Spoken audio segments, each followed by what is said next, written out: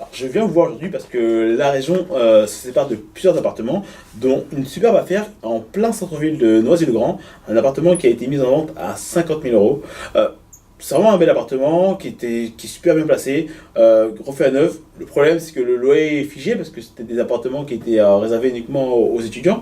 Ouais. Et donc, quand j'étudie un peu mon dossier, je me dis que vous m'avez dit que je devrais rembourser des mensualités de 500 euros. Tout à fait, Le oui. problème, c'est que le loyer actuellement est à 350 euros. Ah oui. Donc j'aurai un déficit foncier de 150 euros. C'est ça qui me fait un peu peur.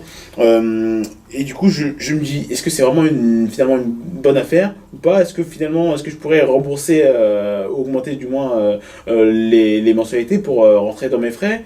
Et voilà, c'est pas pour ça que je Alors suis oui, aujourd'hui. toutes ces interrogations sont normales et ce qui me fait un peu sourire, c'est que j'ai rencontré cette même problématique parce que moi-même j'ai investi du côté de Noisy-le-Grand et de plus dans du déficit foncier.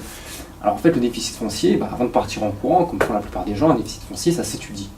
Et donc c'est pour ça votre venue est très intéressante parce qu'il va falloir que vous étudiez ce déficit foncier. Alors comment l'étudier? Déjà, vous mettez en avant que c'est la région qui s'en sépare, donc, parce que les loyers étaient protégés auparavant, donc on sait très bien que le prix d'un studio sur Noisy-le-Grand, c'est plutôt 600, 650, voire 700 euros, et non 350 euros.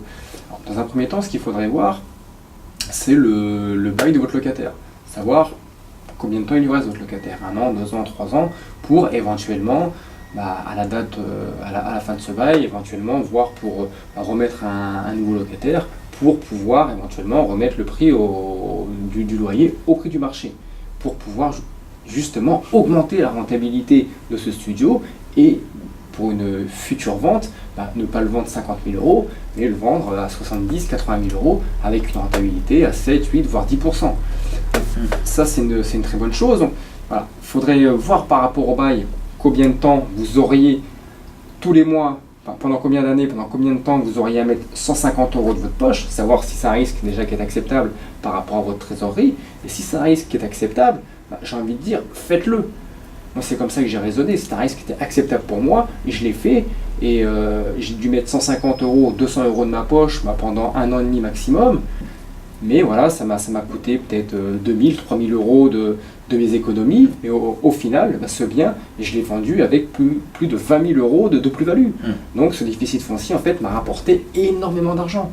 Donc étudiez ce déficit foncier, voyez avec l'agence qui vous le vend jusque quand course le bail du locataire qui est en place, et après voyez par rapport à votre épargne, à votre situation personnelle, professionnelle, si c'est un risque qui est acceptable de mettre de l'argent tous les mois de votre poche pour, dans le futur, faire une plus-value de 5 000, 10 000, 15 000, voire même 20 000 euros.